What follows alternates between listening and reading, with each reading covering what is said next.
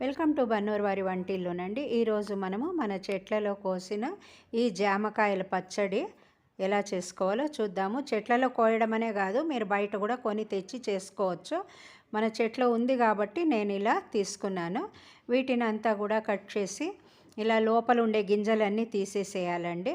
గింజలు ఉంటే కచ్చకచ్చ అని ఉంటుంది, పచ్చడి బాగుండదు. అందుకని గింజలు తీసి మనము ఈ కాయని ఇలా పైన కింద కూడా తోడేమే అవి ఉంటాయి కదా, వాటిని కూడా తీసేసి మరి ముక్కలు చేసి పక్కన ఉంచుకొని ఒక 2 పిడికెళ్ళంతా పల్లీలు వేసి వేయించుకోవాలి. అంటే మనకు క్వాంటిటీని బట్టి మనం వేసి వేయించుకోవచ్చు. దీన్ని వేగినాక మిక్సీ జార్లోకి వేసేసుకుందాము. ఇది మిక్సీ జార్లోకి వేసినాక మనము కొంచెం పచ్చిమిర్చి తర్వాత అల్లము రెండింటిని కూడా కొద్దిగా నూనె వేసి వేయించుకుందాము. పల్లీలతో పాటు కొద్దిగా చింతపండు కూడా వేసాను నేను.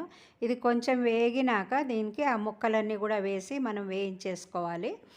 ఈ ముక్కలన్నీ వేగినాక తర్వాత మనము మిక్సీ జార్లోకి వేసుకుని దానికి కూడా కొంచెము ఉప్పు తర్వాత కొత్తిమీర ఈ జీలకర్ర ఇందులోకి వేసేసాను. వీటిని అంతా వేసి మనము మిక్సీ పట్టుకుని పచ్చడి చేసేసుకోవాలి.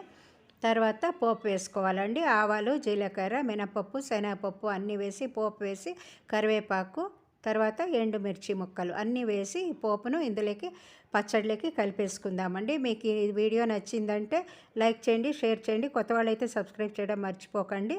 Thanks for watching my video.